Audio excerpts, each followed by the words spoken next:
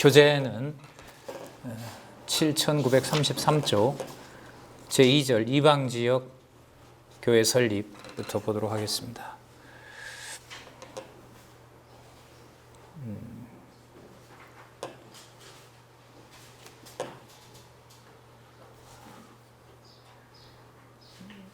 지금 사도행전 1장 12절부터 28장까지 살펴보고 있는데요.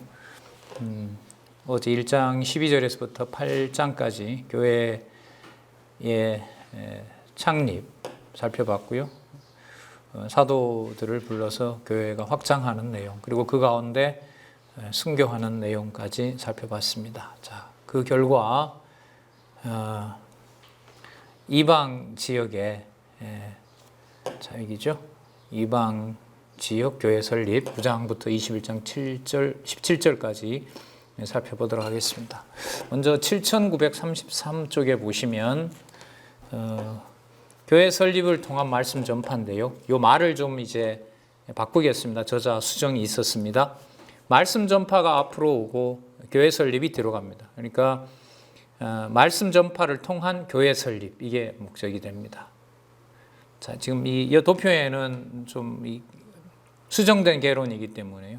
책에 있는 걸 수정하시기 바랍니다. 그러니까 교회 설립하고 말씀 전파의 위치를 바꾸면 됩니다. 그러면 말씀 전파를 통한 교회 설립이 되겠죠. 자, 말씀 전파를 통한 교회 설립, 사도들의 이방 지역 전도, 바울을 먼저 하나님께서 그 교회를 핍박하려고 가던 바울을 부르죠. 사울이죠, 물론. 나중에 이제 헬라 이름으로 바꾸어서 이방인의 사도로 활동할 때 이제 바울로 불리게 됩니다. 바울, 사울 차이는 없으나 하나는 히브리어고 하나는 헬라어라는 사실이죠. 자, 예수님을 만나죠. 4절에 보면 사울아, 사울아, 내가 어찌하여 나를 핍박하느냐 하시거늘 대답하되 주여 니시오니까 가라사대 나는 내가 핍박하는 예수라. 내가 핍박하는 예수라. 예수님 직접 나타나셔서 사도로 부르시는 겁니다. 이제 여기서 좀 하나 생각하셔야 될 게, 바울은 여기서 이제 아직은 사울이죠. 사울은 예수님을 대면 못했죠. 그러나 지금 예수님이 대면하고 계시죠. 그러니까 승천하신 것이 사라진 게 아니라는 겁니다. 나중에 고린도 교회 가서 이게 문제가 생기잖아요. 야, 다른 사도들은 전부 다 예수님과 함께 있었다. 근데 당신 예수님 본 적 없지 않느냐. 그러니까 사도 바울이 이제 나중에 이제 사도로 활동하면서 재판정이나 그 고소를 당했을 때 서서 소상하게 자기가 어떤 과정에서 예수님을 만났는지를 설명하는 겁니다. 그러니까 사도들 내에서도 만약에 믿음을 주지 않아서 그 바울은 우리랑 같이 있지 않았다. 그러니까 사도에 넣어둘 수가 없다. 그리고 그가 쓰는 글도 권위가 없다. 이렇게 해버리면 문제가 되는 거예요. 근데 지금 예수께서는 살아계시고 하늘에서 천상 사역으로 부른 거죠. 이걸 일치시켜야 되는 겁니다. 그러니까 지상에서 부르시는 것과 지금은 또 우리 직접 부르신 게 아니라 성령께서 오셨기 때문에 성령께서 오셔서 우리를 부르신 거죠. 그러니까 우리 속에 보내신 성령과 제자들이 직접 봤던 성령이 지금 믿어지게 하는 예수님과 사도들이 직접 봤던 그 예수님과 또 사도 바울 천상에서 목소리로 드러나신 자신을 보여주신 예수님과 이 차이가 있으면 돼요, 안 돼요? 안 되는 거죠. 우리가 믿는 예수님이 다르고 바울이 음성을 들었던 예수님이 다르고 사도들이 만났던 예수님이 다르고 이렇게 되면 안 되는 거예요. 그런데 그 모양은 어떻습니까? 다 다르죠. 사도들은 부활하신 예수님까지 본 사람들이고 사도 바울은 그걸 못 본 사람이고, 그러나 사도 바울을 하늘에서 불렀기 때문에 그가 사도가 된 것이고, 우리는 이도 저도 아니지만 성령을 보내셔서 우리로 하여금 천상에서 사역하시는 예수님이 믿어지게 하신다는 거죠. 그리고 그 예수님의 모든 의도를 기록으로 다 남겨서 완성해 놓은 것이 신약 성경 계시록까지 나타나 있는 겁니다. 그러니까 여기서 흔들려 버리면 그야말로 순천은 기도하러 산기도가 유명한 데가 어디죠? 그 직접 계시 받는다고 가는 거예요. 곤란한 문제가 생기는 거죠. 그렇게 되면 자, 이런 부분들 한번 정리를 하고요. 계속해서 보겠습니다. 그 눈이 어두워졌고요. 아나니아라는 자가 여기는 이제 연보 때문에 그 죽었던 그 아나니아가 아니고 다른 아나니아네요. 다메섹에 있는 아나니아라는 사람이 환상 중에 하나님이 부르죠. 자, 그 유다 집에서 다수 사람 사울이라는 자를 찾으라고 하고 가서 이 아나니아가 데려옵니다. 그리고 7938에 보면 14절부터 19절까지 쭉 나오는데요. 여기에서 사도행전에서 하나 좀 그 번역상에 짚고 넘어가야 될 것은 첫 번째 줄에 보면 예루살렘에서 주의 성도에게 적지 않은 해를 끼쳤다 그러고요. 14절에 여기서도 주의 이름이 이렇게 나오죠. 이 주라는 개념은요, 거의 다 그 여호와로 바뀌어야 됩니다. 근데 17절은 아니에요. 17절은 이 주가 또 누구와 관련되냐 하면 예수님하고 관련되는데 17절을 먼저 보겠습니다. 아나니아가 떠나 그 집에 들어가서 그에게 안수하여 가로되 형제 사울아 그러죠. 형제 사울아 주 곧 내가 길에서 나타나시던 예수. 이때 주는 누구를 가르쳐요? 이 문장에서 보면 이때는 예수님이에요. 그런데 다른 부분에서 보면 더 많은 부분들이 여호와와 관련이 된다는 겁니다. 여호와 하나님으로 앞으로 이 번역이 다시 바로잡아야 될 부분이기도 합니다. 자, 그 번역 관련된 부분을 얘기를 하고요. 중요한 것은 15절입니다. 이 언약이고 약속인데요. 주께서 가라사대. 이거는 이제 예수님이기도 하고요. 또 우리 어제 확인했던 내용은 뭐냐면 성부, 성자, 성령이 동시에 사역한다는 거 어제 확인 많이 했습니다. 그리고 사도행전부터 요한복음 12장 이후부터 우리는 확인해 왔어요. 그러니까 14장에서 확인했고 15장에서 확인했고 17장에서 예수님 기도에서 확인했고요. 그리고 부활하시고 난 다음에 또 확인했고요. 그리고 약속하신 대로 성령이 오셔서 지금 하시는 거고 성령은 자기 마음대로 얘기하는 것이 아니라 그리스도로부터 명받은 것을 전하는 대언의 영이다라는 거 다시 한번 말씀드립니다. 자, 15절. 자, 물론 여기서 이제 나타나신 예수님이시겠죠. 주께서 가라사대 이 사람은 근데 내 이름을 이방인과 자, 이제 이방 사도로 불렀다는 거죠. 임금들 앞에 서야 돼요. 그래서 나중에 보면 그 헤롯 왕 앞에서도 서고요. 로마에 가서 로마 황제한테도 앞으로 서게 될 것이고요. 그 다음에 그 총독 앞에서도 서게 되고요. 그래서 사도행전 마지막 부분이 로마로 가기 전에 누구 앞에 서죠? 총독과 왕 앞에 서는 일들이 벌어지게 됩니다. 그리고 또 이스라엘 자손들 앞에서 전하기 위하여 택한 나의 그릇이다.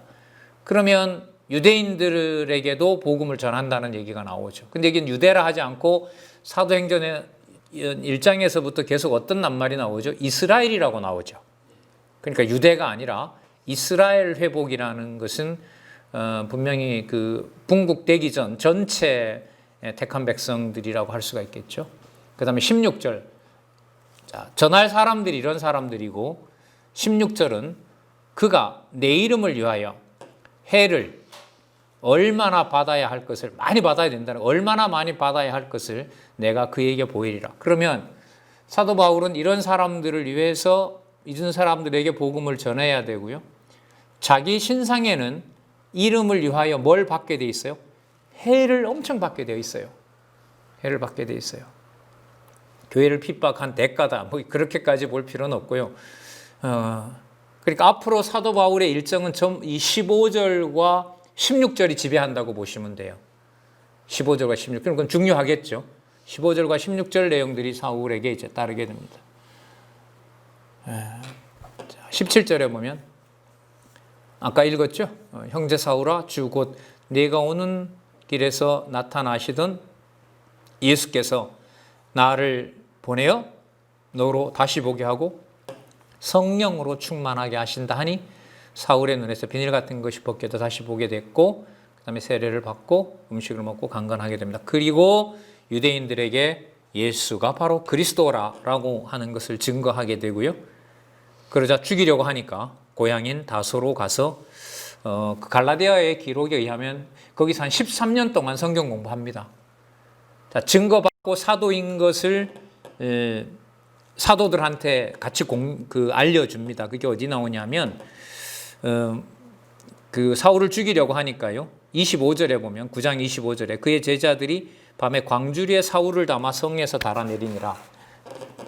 참 비참한 모습으로 도망가는 거죠. 26절 사울이 예루살렘에 가서 제자들을 사귀고자 하나 다 두려워하여 그 제자됨을 믿지 아니하니. 왜냐하면 며칠 전까지 죽이려고 하는 건데 어떻게 믿겠어요? 그게 하나님 하시는 일인 거죠. 27절 바나바가 데리고 사도들에게 가서 그가 길에서 어떻게 주를 본 것과 주께서 그에게 말씀하시던 일과 다메섹에서 그가 어떻게 예수의 이름으로 담대하게 말하던 것을 말하니라. 그러니까 신분 보증을 해준 거죠. 이 자가 뭐가 맞다? 사도가 맞다. 사도가 맞다. 이게 여러분 나중에 이제 고린도 전후 후서에 가서 이걸 문제로 삼아요. 당신 그 증명서 가져오라 그럽니다. 그래서 지금 그 단합과 일치, 화해와 협력, 불화가 생기게 되고 사도 바울이 우리한테 연봉만 요구하지 저가 정작 사도가 아니다라는 그 악소문이 퍼지면서 그 고린도 교회와 바울의 관계가 악화되는 그 배경이 되기도 하는데 분명히 사도행전에서는 확인을 해주고 있죠. 자, 28절에 제자들과 함께 있으면서 예루살렘에 출입하면서 주 예수의 이름으로 담대히 말하고 헬라파 유대인들과 함께 말하며 변론하니 그 사람들이 죽이려고 힘쓰거늘 그를 사람들이 피신시키는데 다소로 보냅니다. 자, 31절 중요한 구절이죠. 자, 이와 같이 이렇게 온 유대와 갈릴리와 사마리아 교회가 평안하여 든든히 서가고 주를 경외함과 성령의 위로로 진행하여 수가 더 많아지더라. 이제까지 내용의 결론이기도 하죠. 종합이기도 하고 앞으로 일어날 서막이기도 하고. 그래서 사도행전 1장 8절하고요 2, 5절하고 일치하는 구절입니다. 옆에다가 사도행전 1장 8절이라고 적어 놓으시면 사도행전에 나타난 교회 설립을 통한 성취 부분을 이해하는데 도움이 많이 되실 겁니다. 교회 창립을 통한 성취 부분. 자, 이 사실을 사도들에게도 증거했지만은 이방인들에게 앞으로 복음 전해져야 된다는 사실을 베드로를 통해서 표적으로 보여주세요. 자, 베드로가 그 유대 땅 그 바닷가 쪽이죠. 그러니까 서북쪽 쪽으로 가서 이제 그 복음을 전하는데 여자 제자인 그 죽은 다비다를 살립니다. 놀라운 능력이죠. 예수님이 했던 바로 그 표적을 사도인 베드로가 행하는 내용이 여기 많이 나타납니다. 36절에 선행과 구제하는 일을 심히 많이 한 여제자 도르가인데요. 그 도르가가 죽기 전에 그 사도가 오면 주려고 속옷하고 옷을 다 만들어 놨어요. 그래놓고 죽은 거죠. 진짜 생각만 해도 아주 그 감동적이고 짠한 내용인데요. 자, 40절 베드로가 사람을 다 내어보내고 무릎을 꿇고 기도하고 돌이켜 시체를 향하여 가로되 다비다야 일어나라 하니 자, 살아나게 됩니다. 놀라게 되고 사람들이 믿게 되는데, 자, 여러분 같은 시간에 그 베드로가 그 요바에 있을 때 같은 시간에 가이사라, 다른 지방입니다. 여기는 다른 지방에 누가 있냐 하면 이방인 군인인 고넬료라는 사람이 있어요. 그 이달리아 군대 백부장이니까요. 명백한 이 사람은 이제 로마 군대 장관인 거죠. 그 백부장입니다. 100명을 거느리는 자입니다. 그런데 이 사람이 하나님께 항상 기도하는 진짜 경건한 사람이었어요. 그런데 천사의 목소리가 들려오는데요.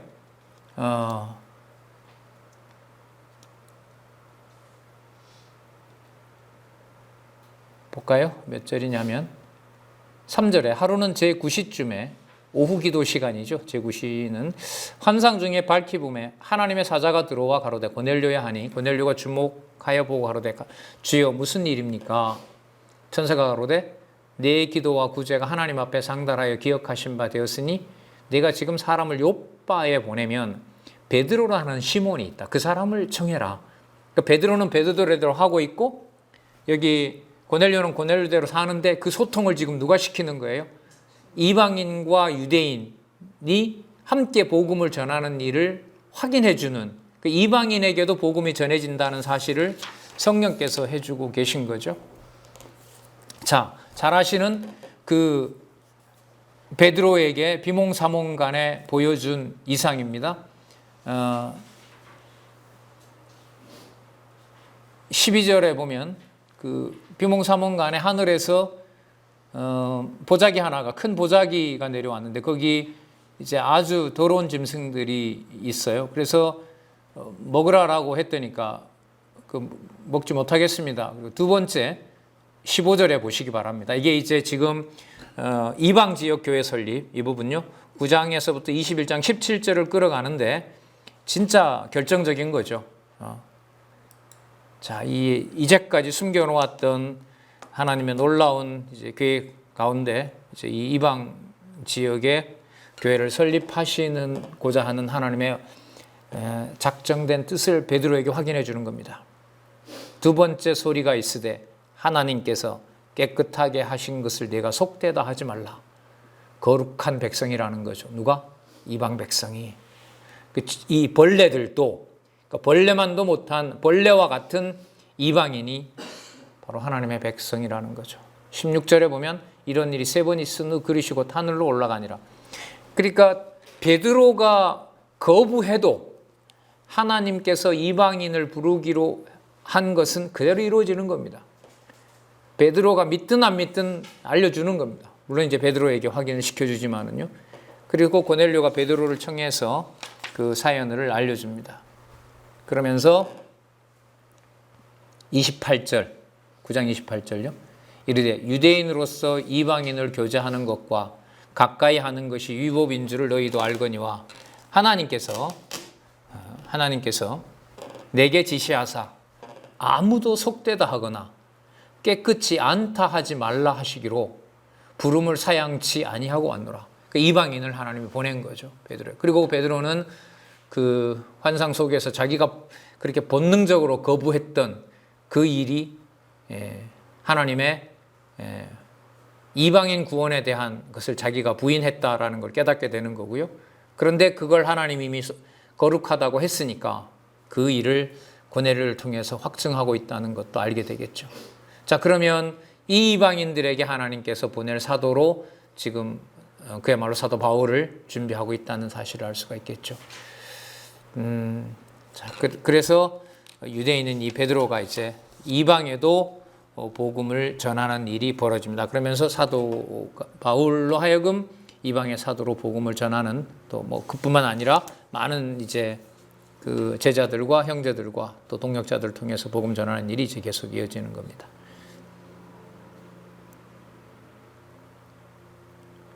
자, 그 10장 34절부터 48절에 이 베드로의 그 강론은요, 아주 진짜 수준이 엄청 높죠. 거기 보시면 다는 못 읽고요. 36절에 보면 만유의 주 대신 예수 그리스도로 말미암아 화평의 복음을 전하사 이스라엘 자손들에게 보내신 말씀 곧, 그러면서 세례 요한 때부터 쭉 설명을 합니다. 그리고 41절 보시기 바랍니다. 자, 예수님께서 사흘 만에 다시 살아나셨고 41절 모든 백성에게 하신 것이 아니요 오직 미리 택하신 증인 곧 죽은 자 가운데서 일어나신 후 모시고 음식을 먹은 우리에게 하신 것이라. 약속된 대로 되는 건데 그 약속 속에 누가 들어온다는 거예요? 이방도 들어온다. 이걸 확인해 주는 겁니다.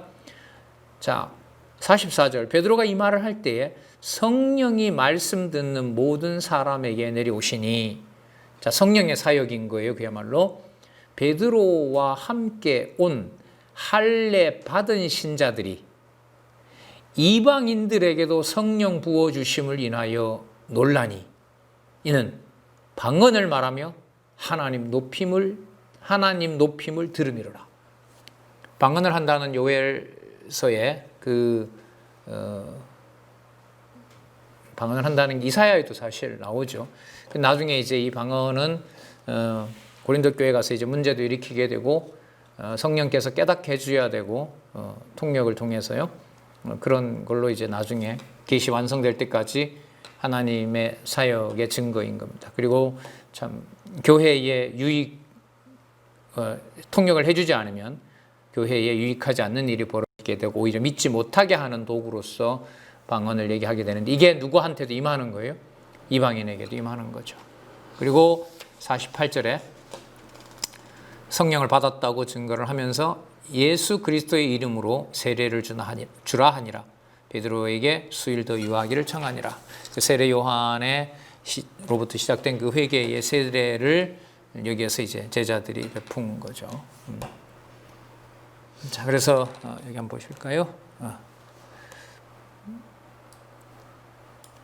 자, 11장이죠. 이제 안디옥의 교회가 설립되는 데로 가는데요. 먼저 우리 이 부분요. 11장 19절로 가기 전에 이방인 지역 전도 사도 바울을 부르고요. 사울을 부르고 또 고넬료를 통해서 베드로와 만나게 해서 이방인 구원 확인하고요. 그 다음에 베드로가 직접 이제 이방인에게 성령이 임하는 광경을 유대인들과 함께 증명을 하고요. 그 다음에 이방인 교회인 첫 교회인 안디옥 교회가 설립이 됩니다. 참 놀라운 광경이죠. 진짜 기뻤을 것 같아요. 이 안디옥에서 모든 사도들이 거의 집중을 하거든요. 모여서 진짜. 자, 11장 17절. 그런즉 하나님이 우리가 주 예수 그리스도를 믿을 때 주신 것과 같은 선물을 저희에게도 주셨으니 내가 누구간데 하나님을 능히 맡겠느냐 하더라. 저희가 이 말을 듣고 잠잠하여 하나님께 영광을 돌려가로되 그러면 이방인 하나님께서 이방인에게도 생명 얻는 회개를 주셨도다.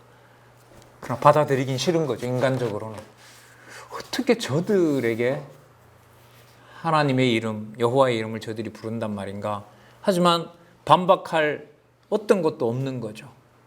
막을 수가 없는 겁니다. 그래서 이제 안디옥 교회가 성장하는 내용이 나타납니다. 그 스데반이 순교하는 일과 함께 많은 사도들이 이제 흩어졌습니다. 그 흩어졌던 것의 결집이 어디에서 일어나게 되는 거죠? 이방인에게 보내기 위한 것이고, 그게 바로 안디옥 교회고, 안디옥 교회는 여러분 뭐가 되냐면 유대에서 이방으로 가게 되는 이방 선교의 전초 기지가 되죠. 그 사도 바울의 그 이른바 선교 여행이라고 하죠. 사도 바울의 선교 여행에 돌아오는 데와 출발하는 게 바로 어디냐면 이 안디옥 교회입니다. 그래서 우리 지금 한국 이 극동에 하나님께 성경 신학을 주셨잖아요. 이제 많은 일들을 우리 원로가 남겨놓은 자료들이 이제는 뭐 거의 신학 전 분야에 걸쳐서 교회 행정과 관련된 개혁까지 지금 다 기록되어 있다는 거 여러분들도 아시잖아요. 이 일을 통해서 하나님께서 진짜 복음의 어떤 그 교두보를 마련하고 계실지 저희들이 지금 눈여겨보고 있고요. 하나님께서 해가시는 일을 저희들이 지금 경험하고 있는 겁니다. 자, 20절에 보시면요. 11장 20절에 그 중에 구브로와 구레네 몇 사람이 안디옥에 이르러 헬라인에게도 말하여 주 예수를 전파하니. 예수님도 전한 바가 있죠. 이미 우리 요한복음 어제 살펴봤잖아요. 그죠? 자, 주의 손이 그들과 함께 하심에 수다한 사람이 믿고 주께 돌아오더라. 그러면서 바나바와 바울을 파송해서 그곳에서 가르치도록 합니다. 25절, 26절, 11장 만남에 안디옥에 데리고 와서 바나바가 사울을 데리고 옵니다. 둘이 교회에 1년간 모여 있어 큰 무리를 가르쳤고 제자들이 안디옥에서 비로소 그리스도인이라 일컬음을 받게 되었더라. 예수쟁이들, 쉽게 말하면 그 호칭이 누구에게도 이방인에게도 들리는 일이 바로 이 안디옥 교회에 있는 거죠. 지금이야 갈 수 없지만 우리 과거에 우리 선배들 여기 선교 여행도 다녀오신 겁니다. 그래서 예루살렘에 갖고 여기도 안디옥에도 갔다 오셨는지 모르겠네요. 이게. 자, 어쨌든 지금은 시대가 지나가서 어쨌든 유대인들 아니면 아랍인들이 살고 있는 마을이 된 거죠. 자, 그런데 증거 하나가 또 나옵니다. 이때 흉년이 들었는데 안디옥 교회가 유대인 형제들에게 연보를 합니다. 구제비를 보내줘요. 구제 연보를 하게 됩니다. 그러면 누가 형제라는 거죠? 이방인과 유대인이 형제라는 증거죠. 그러니까 연보라는 게 진짜 중요한 거잖아요. 중요한 의미를 가지고 있잖아요. 그러니까 진짜 금전인데 금전을 포함한 어떤 것이 바로 이 연보 행인데 성령께서 주관하시면 아름답게 쓰여지는 거고요. 그렇지 않으면 이제 세속주의로 교회와 성도를 이용하는 대로 버려버리면 던져놓으면 이제 타락하게 되는 바로 그것이 바로 그 연보에 담겨 있는 의미인 거죠. 성령께서 아름답게 사용하게 해주셔야 된다는 교훈을 우리는 우리 말씀운동 역사 한 40년 동안에도 저희들은 많은 사례를 통해서 보았고 또한 겪은 겁니다. 지금에서 우리가 돌이켜볼 때 다시 한번 사도행전에 어제도 살펴본 것처럼 그 서로 교제하며 떡을 떼며 그 모든 것들이 바로 뭐와 더불어서 일어나는 거죠? 교제가 연보와 더불어서 일어난다는 거죠. 예. 그러니까 우리가 가지는 그 경제나 물질관념이 세상에서 뭐 잘 분배하고 뭐하고 이게 차원이 달라요, 사실. 저도 어렸을 때부터 이제 교회 학교에 다녔고 부모님들도 이제 교회 학교 반사로 활동하시고 뭐 이런 걸 지금 이렇게 돌이켜 봤을 때 부모들이 그 연보 생활을 했던 모습에서 많은 걸 생각하는 부분들이 있습니다. 감사한 거죠. 그런 문화를 봤다는 게. 그런 문화를 전혀 보지 않는 것과 교회에 연보하는 행위를 전혀 보지 않는 상태에서 연보를 배워나가는 것하고 수십 년 동안 뭐 당시에 성경을 잘 모르니까 뭐 11조나 이런 걸로 뭐 했잖아요. 그런 와중에서도 그 연보 행위에 대해서 계속해서 의미를 생각하게 되고 왜 저렇게들 해야 되지라고 하는 것도 고민하게 되고 그러면서 성경의 그 답을 찾았을 때는 교회 생활에서 그 연보가 갖는 세상 물질이지만 세상에 그 매몰되지 않는 그 가치, 그런 가치를 저희들이 배워갈 수 있는 거죠. 자, 그래서 유대인들이 그 이방인들로부터 온 물질을 받는다라는 건 치욕이잖아요. 근데 이 일이 성사되게 하시잖아요. 자, 이때 무슨 일이 벌어지냐면요.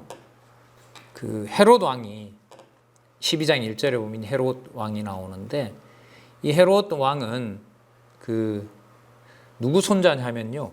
예수님 당시에 그 2살 아래로 다 죽이잖아요. 그 사람의 그 왕의 손자입니다. 그러니까 똑같은 짓을 하는 거죠. 유아 학살을 했던 할아버지가 했던 것을 아버지는 좀 별 볼 일 없는 존재고요. 이 손자가 이제 왕이 되는데 이 헤롯 왕이 2절에 보면 요한의 형제 사도 야고보를 죽입니다. 그 야고보서의 야고보는 예수님의 동생입니다. 예수님의 가족들이 복음서에 보면 뭐 개종했다는 내용은 안 나오는데 성령이 임하면서 그 형제들 유다도 그렇죠. 유다와 야고보가 그 성경을 기록하도록 했던요. 그 형제들이 이제 사도가 되는 건데요. 어쨌든 처음에 사도로 불렀던 요한의 형제 야고보를 죽입니다. 왜냐하면 유대인들이 기뻐할 거라 생각하고 좀 사악하죠. 그리고 베드로도 잡아갔고 베드로도 이제 죽을 판입니다. 그런데 성령께서 천사를 보내서 천사가 와서 베드로를 탈주시킵니다. 그리고 그 마가 있죠. 마가의 어머니 집에 가서 성령께서 자기를 탈출시켰다라고 얘기를 합니다. 그리고 그 대문을 두드렸는데 그 가기 전에 사람들이 그 계집아이가 베드로가 왔다고 하니까 구해달라고 기도하다가도 어떻게 그런 일이 일어날 수 있냐라고 하면서 미쳤다라고 계집아이 보고 욕을 합니다. 근데 보니까 그 베드로가 와 있는 거죠. 자, 성령께서 해 가시는 일입니다. 그러니까 그러면 이제 베드로를 탈출시키는 하나님, 성령 하나님의 능력이라면 누구도 안 죽게 할 수 있어요? 그렇죠. 사도 야고보도 안 죽게 하면 되잖아요. 그게 우리 이제 생각하고 다른 거죠. 그러니까 복음을 전하고 교회를 설립하도록 해가시는 방식이 주권적으로 하나님께 달려 있는 거죠. 그러니까 누구는 잘 쓰이고 누구는 잘못 쓰이고 이걸 우리가 함부로 말할 수가 없는 겁니다. 자, 그 다음에 이 왕을 하나님께서 결국 말씀을 박해하는 이 헤롯을 결국 쳐버립니다. 23절에 헤롯이 영광을 하나님께 돌리지 아니하는 고로 주의 사자가 치니고 충이 먹어 죽으니라. 자, 그러면서 13장 1절에서부터 3절에 보면 유의하셔야 됩니다. 왜냐하면 13장 1절에서 3절에 여기 보시면요. 여기 한번 볼까요? 자, 여기 보시면 안디옥 교회가 성령의 지시로 바나바와 바울을 파송합니다. 자, 안디옥 교회에 어떤 일이 벌어졌는지 한번 볼게요. 13장 1절 안디옥 교회에 선지자들과 교사들이 있으니 곧 바나바와 니게로와 여러분 니게르는요 우리 니그로 이런 말 들어보셨죠? 흑인이에요. 예, 흑인이란 말이에요. 그러면 복음을 듣는 자가 이방인이 확실히 들어와 있다는 걸 알 수가 있겠죠. 하나는 시몬과 구레네 사람 루기오와 분봉왕 헤롯의 젖동생 마나엔과 헤롯은 정작 예수 믿는 자들을 죽이는데 그 가문에도 개종이 일어난 거예요. 참 놀랍죠? 사울이라 주를 섬겨 금식할 때 성령이 가라사대 내가 불러 시키는 일을 위하여 바나바와 사울을 따로 세우라. 금식하고 기도하고 두 사람을 파송하게 됩니다. 자, 그래서 사도 바울의 그 이른바 전도 여행이 이제 시작이 되죠. 1차 보통 전도 여행이라고 그러죠. 아시아 지역 선교와 관련됩니다. 먼저 어디를 보시냐면 참고로 7986에 보시면 지도가 나와요.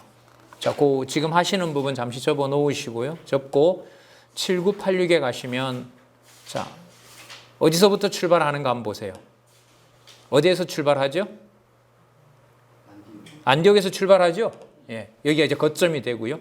거기에서 바다 왼쪽으로 해서 시계 방향으로 돌아서 여기가 이러면 아시아입니다. 과거에 아시아라 이러면 여기를 말하는 거예요. 자, 요 아시아 반도부터 해서 돌아서 그대로 다시 또 안디옥으로 돌아오는 이게 바로 아시아 지역 교회 설립인 겁니다. 이 내용이 14장까지 진행됩니다. 여기 볼게요. 자, 그 지도를 펴시고 보시면 구브로 등지 전파, 그 다음에 이고니온. 자, 구브로 보이시죠? 섬. 이고니온은 어디입니까? 저기 그 중간쯤에 있죠? 내륙. 자, 거기까지 전파를 하고 돌아오게 됩니다. 자, 성령께서 해가신다는 부분들 한번 볼게요. 일단 13장 9절에 보면 바울이라고 하는 사울이 성령에 충만하여 그를 주목하고 가로되 모든 괴계와 악함이 가득한 자요 마귀의 자식이요 모든 의의 원수요 주의 바른 길을 굽게 하기를 그치지 아니하느냐. 그게 보면 박수를 그 무당이죠. 그 자를 제어합니다. 그리고 복음을 전하는 일이 벌어집니다. 참 다 볼 수 없어서 아쉽긴 한데요. 결과적인 내용만 보도록 하겠습니다. 13장 23절 하나님이 약속하신 대로 이 사람 다윗입니다. 여기서는 문맥에서 보면 이 사람의 시에서 이스라엘을 위하여 또 이스라엘이라 나오죠. 구주를 세우셨으니 그가 누구다? 예수라. 여러분 구주라고 부르게 되면은요 유대인들한테는 하나님 이름도 같이 연상이 됩니다. 그러니까 그 하나님의 이름으로 온 자가 여호와의 이름으로 온 자가 바로 누가 돼요? 나사렛 예수. 이렇게 붙게 돼요. 이게 두 인물을 떠올리게 합니다. 근데 유대인들은 이제 안 받아들이려고 하지 않지만요. 자, 그리고 32절에 보시면요. 32절에 예수가 그리스도임을 전파하는데요. 32절 우리도 조상들에게 주신 약속을 너희에게 전파하니 33절 곧 하나님이 예수를 일으키사 우리 자녀들에게 이 약속을 이루게 하셨느니라. 구약 시편과 이사야서에 약속했던 내용들을 전부 이루어 주셨다. 요 13장 24절에서부터 41절은요. 한번 체크를 하시고 꼭 읽어보시기 바랍니다. 여러분, 이 구조가 이 지금 강론하는 구조를 보면은요, 이게 강론집 구조하고 똑같아요. 놀라워요, 이게. 어제 그 베드로 강론이나 그 다음에 스데반의 강론이나 지금 여기서 이제 사도 바울의 강론이나 다 똑같은 거예요. 그 동그라미 언약과 성취 섭리도 창세전에 언약한 대로 그대로 이루시고 그걸 성령께서 해가신다는 것까지 너무 선명하게 지금 이 강론에 나옵니다.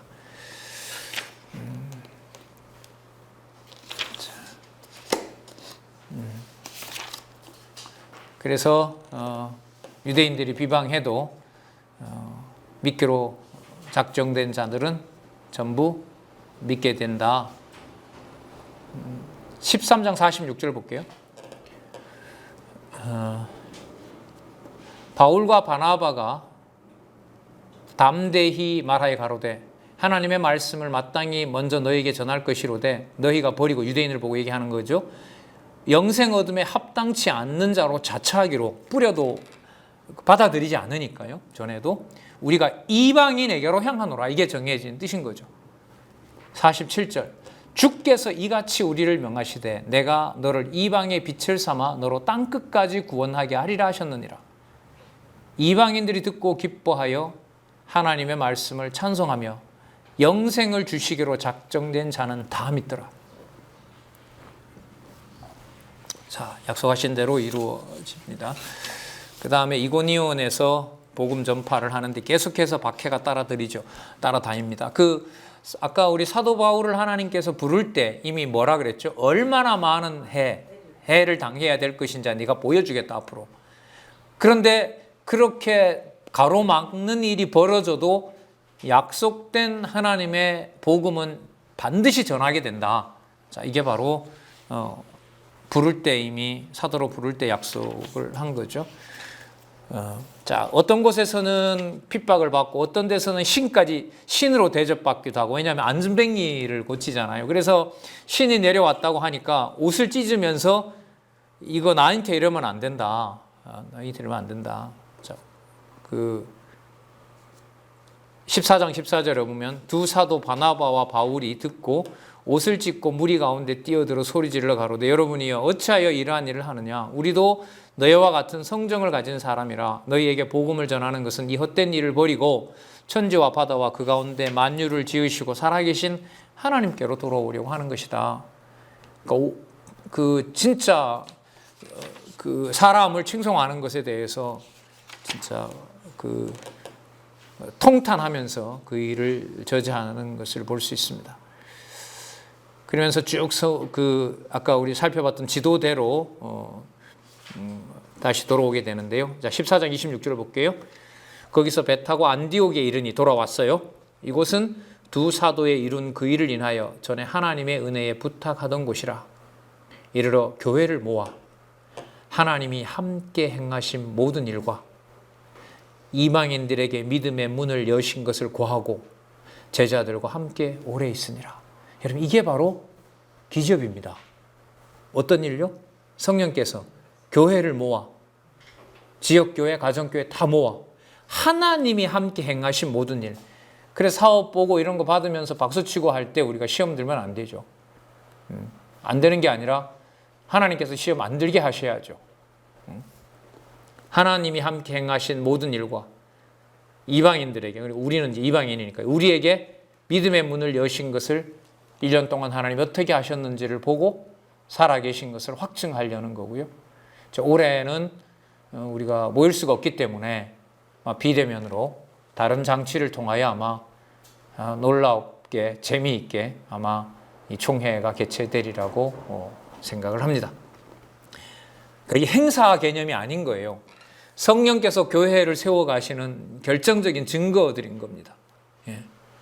근데 이게 과거에 이제 그 노회 체제의 사경회를 보면 끝나고 나면 아름답고 좋은 것보다 9월달 그때 뭐 노회 또 10월 총회 이런 데 보면 불편했던 이 일이 결과적으로 많이 났던 것도 우리들이 기억을 합니다. 자, 지금 기지협은 뭐 그렇게는 가지는 않고 있어서 또 아름답게 모일 거라고 생각을 했는데 이제 하나님께서 모임 조절을 해 가십니다. 자, 여기서요. 7987에 보면 여기 보세요. 일단 이 화면 볼까요? 율법적인 문제로 변론이 일어납니다. 쉽게 말하면 공부하게 하는 거예요. 자, 여기서 문제는 뭐냐면 이방인들이 이제 아까 아시아 지역 교회 전도에서 돌아온단 말이에요. 근데 이방인들이 욕심대로 우상을 섬기던 것과 아주 그 더러운 짓들이 많아요. 그걸 복음의 자유라는 이름으로 행하니까 유대인들이 막 진짜 심장이 찢어지는 것 같은 거예요. 어떻게 분명히 같은 신앙을 가지고 있는데 저 더러운 것을 유대인들은 수천 년 동안 깨끗하게 지켜왔고 그 문화가 있단 말이에요. 근데 그게 도저히 감당이 안 되는 거예요. 우리 그런 말 많이 했죠. 어떻게 말씀 듣고 저런 짓을 할 수 있지? 저도 하기도 했고 그런 말 하기도 했고 그것과 상상할 수 없는 일이 여기 벌어진 거예요. 이 문제를 누가 수습하실까요? 성령께서 수습하신다는 거예요. 자, 바로 율법 문제입니다. 그러니까 이방인에게도 진짜 복음이 전해졌느냐? 근데 전해졌는데 모세 율법은 지키게 해라. 모세 율법 지키면 다시 돌아가는 것이다. 그러면 저걸 그냥 방치할 거냐? 이제 대혼란이 생긴 거죠. 자, 그러니까요, 이것 역시도요, 뭐 누가 미숙해서 그렇고 배웠는데 행위가 안 나와서 우리가 돌아봐오고 반성해야 된다 이런 게 아닙니다. 이런 맥락에서 보시면 안 돼요. 이게 지금 그런 맥락이 아니란 말이죠. 큰 흐름에서 성령께서 지금 해가고 계신 문제인 겁니다. 자, 분명한 사실은 10절에 보실까요? 15장 10절에 6절에 보면요. 사도와 장로들이 이 일을 의논하러 모여 많은 변론이 있은 후에 베드로가 일어나 형제들에게 얘기합니다. 베드로는 여러분 이미 겪었죠. 누구에게도 복음이 전해졌다? 이방인에게도. 그럼 그대로 놔두잔 말이냐? 이럴 거 아니에요. 인간적으로 또 얘기하면. 진짜 수습을 하기가 매우 어려운 문제죠. 8절에 보면 또 마음을 아시는 하나님이 우리에게와 같이 저희에게도 성령을 주어 증거하시고 믿음으로 저희 마음을 깨끗이 하사 저희나 우리나 분간치 아니하셨느니라. 다 같이 주의 자녀들이다 라고 얘기합니다. 그러면서 그 11절에 우리가 저희와 동일하게 주 예수의 은혜로 구원받은 줄로 믿노라. 그럼 이때 이제 야고보가 등장하는데 이제 죽은 사도 야고보가 아니라 예수님의 그 혈육이죠. 그러면서 이제 사도가 된 야고보가 야고보로 하여금 대안을 제시하게 합니다. 유대인들이 너무 힘들어하니까 14절 일단 볼게요. 하나님이 처음으로 이방인 중에서 자기 이름을 취할 백성을 취하려고 저희를 권고하신 것을 시므온이 고하였으니 선지자들의 말씀이 이와 합하도다. 기록된 바. 자, 성경적 근거를 듭니다. 아모스 9장 11절에서부터 12절. 이후에 내가 돌아와 다윗의 무너진 장막을 다시 지으며 그 퇴락한 것을 다시 지어 일으키리니 이는 그 남은 사람들과 내 이름으로 일컬음을 받는 모든 이방인들이 주를 찾게 하려 함이더라. 성경적 근거가 있다. 이방인들이 믿는 것은. 그런데 우리가 너무 힘들어하니까 그 문제를 성령께서 지혜를 주셔서 이런 대안을 내놓게 합니다. 19절. 그러므로 내 의견에는 이방인 중에서 하나님께로 돌아오는 자들을 괴롭게 말고 다만 우상의 더러운 것, 음행, 목매어 죽인 것, 그리고 피 먹는 것, 그것을 제한을 하자. 당시에 이제 여러분 이방인 총회는 안디옥에 있었던 거고요. 유대인들 중심의 총회는 예루살렘에 있었던 거예요. 이 두 총회가 뭐예요? 극단으로 지금 치닫고 있는 거예요. 말로는 형제가 맞는데 이걸 도저히 받아들일 수가 없는데 베드로와 사도들 얘기 들어보면 분명히 이방인들도 형제가 맞거든요. 그러니까 인간적인 입장에서 막 중간에 그걸 지켜보고 만약에 제가 그 사이에 끼어 있다면 미칠 지경일 것 같아요. 이도 반박 못하고 눈에 보이는 건 저것들이 진짜 주의 백성이 맞는지를 용납을 도저히 할 수 없고 그야말로 머리가 터지는 상황인데 그걸 성령께서 주관해 가시는 거예요.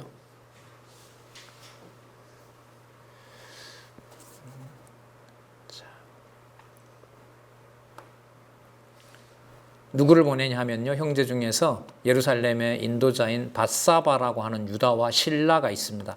22절 끝에 보면 나오죠. 곧 형제 중에 인도자는 예루살렘 교회 인도자예요. 이 사람들이 유대 교회가 예루살렘 총회겠죠. 거기에서 가결한 내용을 안디옥에 가서 얘기를 합니다. 당신네들도 이제 형제가 맞다. 이방인 교회에 가서 25절에 보면 사람을 택하여 우리 주 예수 그리스도의 이름을 위하여 생명을 아끼지 아니하는 자인 우리의 사랑하는 바나바와 바울과 함께 너희에게 보내기를 일치 가결하였노라. 여러분 이게 바로 우리 기지협의 그겁니다. 한 사람이라도 비성경적이다라고 하면 그거는 통과될 수 없습니다. 예를 들면 99명의 숫자가 밀어붙인다고 해서 성경적인 게 아니라면 아니라고 성경적 근거가 없다고 하면서 성경적이 아닌 것에 대해서는 얼마든지 이제 반박하게 되겠죠. 그러면서 제안을 합니다. 28절 성령과 우리는 예루살렘 교회는 이 요긴한 것들 외에 아무 짐도 너희에게 지우지 아니하는 것이 가한 줄로 아노라. 29절 다만 우상 제물과 피와 목매어 죽인 것 그리고 이방 신전 앞에서 더럽게 하던 그 음행의 짓들 그런 것을 멀리할지어다. 이에 스스로 삼가면 잘 되리라. 평안함을 원하노라 하였더니 저희가 작별하고 안디옥에 내려가 무리를 모은 후에 편지를 전합니다. 31절 읽고 그 위로한 말을 기뻐하더라. 유다와 실라도 선지자라. 여러 말로 형제를 권면하며 굳게 하고 얼마간 있다가 평안히 가라는 전송을 형제들에게 받고 자기를 보내던 사람들에게 돌아가되 바울과 바나바는 계속해서 안디옥에 유하며 다수한 사람들과 함께 주의 말씀을 가르치며 전파하니라. 받아들인 거죠. 이방인 교회가. 모르겠습니다. 앞으로 이 성경신학을 통해서 우리 이제 준비하고 있는 많은 원로 과거의 교단장들을 지금 원로께서 만나고 계신데요. 과연 한국교회가 초교파적으로 그 말씀을 함께 듣는 일이 벌어질지 성경신학의 소개를 받고 사실 지금 공부하시는 많은 그 목사님들은 교단들이 다 다릅니다.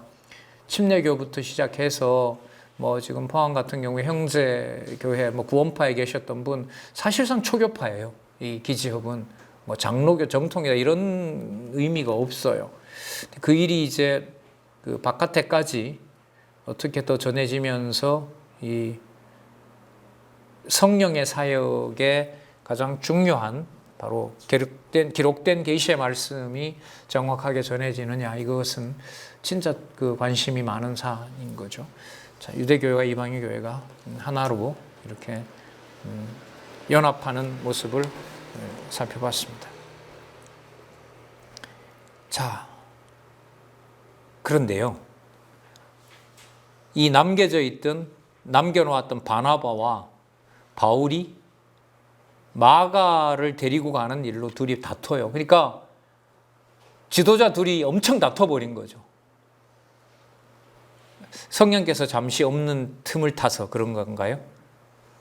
아니면 성령께서 해 가시는 일인가요? 성령께서 해 가시는 일입니다. 밤빌리아로 가려고 하는데 다투어버립니다. 이 39절에 보면 서로 심히 다투어 피차 갈라서니 바나바는 마가를 데리고 배 타고 구브로로 가고 바울은 실라를 택한 후에 형제들에게 주의 은혜에 부탁함을 받고 떠나 수리아와 길리기아로 가고 교회들을 굳게 하니라. 바울은 더베와 루스드라에 이르러서 디모데 있죠? 디모데를 만납니다. 그 모친은 믿는 유대인이요 부친은 헬라인이에요. 전 처음에 공부할 때 좀 충격이었어요. 그러면 목사님들이 모여서 노회나 총회에서 싸우는 게 성령이 하시는 일이야? 매우 혼란스러워지는 거예요. 그리고 또 이게 어떻게 진행이 되냐면, 여러분 여기서 갈라져서요. 바울의 목적은 의도는 뭐였냐면, 오른쪽 지역으로 더 깊숙이 들어가서 아시아 지역에 복음을 전하고자 한 거예요. 그러니까 아까 지도가 있었으면 이제 위로 올라가서 오른쪽으로 가면서 아시아 지역을 전도하려는 거였어요.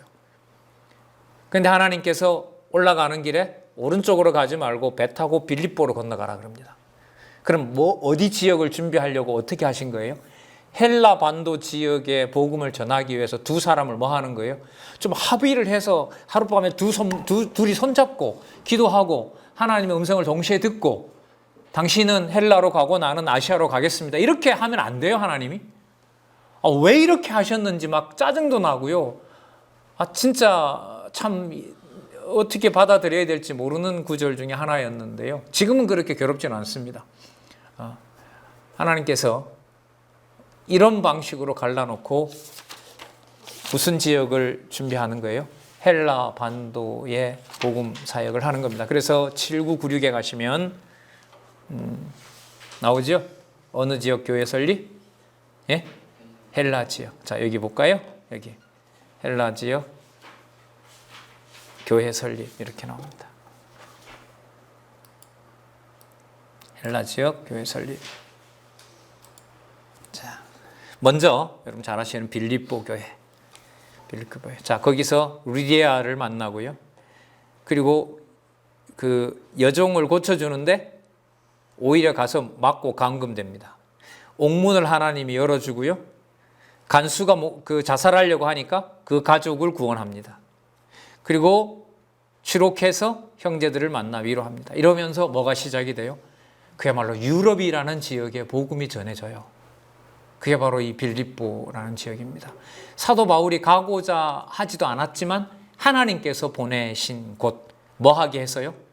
두 사도가 엄청 다투게 해서. 그럼 여러분, 좋은 일이다 나쁜 일이다라는 걸 함부로 교회 생활에서 가정교회를 포함해서요, 함부로 좋은 일이다 나쁜 일이다라는 말을 성급하게 올리기가 두렵죠. 먼저 질문이 이렇게 들어가야 될 것 같아요. 하나님이 왜 또 이렇게 되죠? 하나님이 왜 또 어떤 일을 위하여 어떤 목적으로 이렇게 질문을 하는 거죠. 그러니까 우리가 원로 강의를 통해서 우리가 많이 들었잖아요. 어떻게 보다가 우리 질문은 바른 진입이 뭐라 그랬죠? 왜? 누가요? 여호와께서, 하나님께서 왜? 이 질문이 중요하다고 했죠. 자, 그래서 그 사도 바울의 의도와는 달리 마게도니아로 건너가는 환상을 보고 글로 가게 됩니다. 가서 조금 전에 얘기했던 대로 루디아를 만나게 되고요. 자살하려고 했던 간수도 구원받게 해주는 역사가 일어납니다. 자, 여기 한번 볼까요? 8006. 자, 헬라 반도의 심장부는 여러분 어디냐면요, 아테네입니다. 그죠?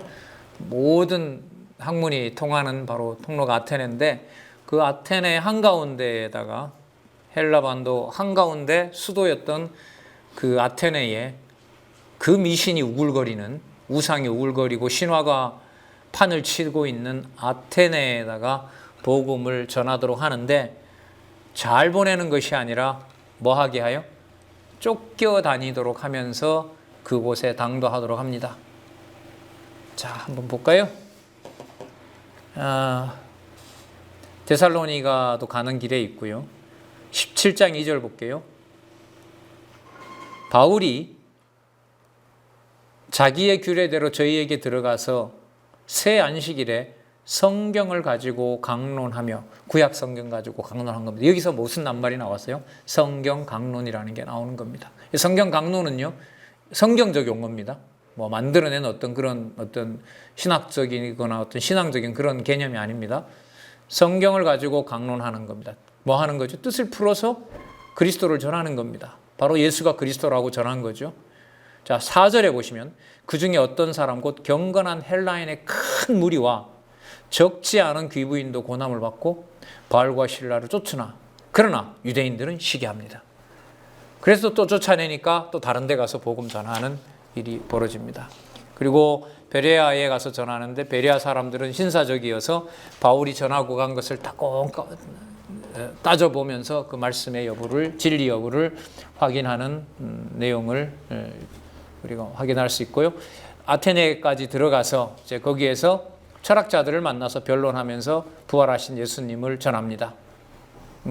거기 17장 18절에 보면 에비구레오와 스토이고 철학자들을 만납니다. 당시에 그 사상을 주도해 갔던 이 사상들이죠.